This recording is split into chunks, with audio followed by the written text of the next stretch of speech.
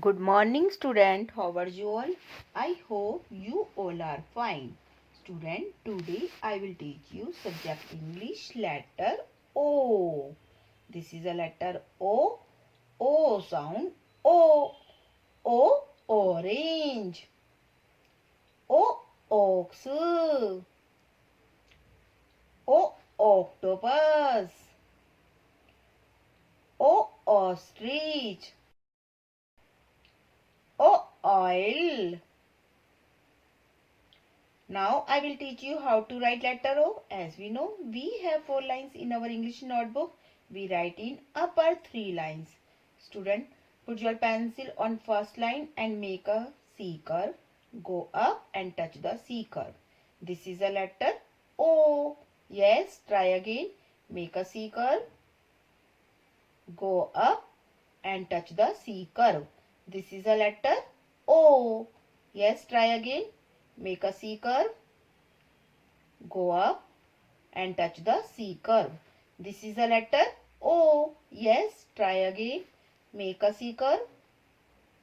Go up and touch the C curve. This is a letter O. Student, do one activity with me. This is a letter O. We will make octopus by paper cutting.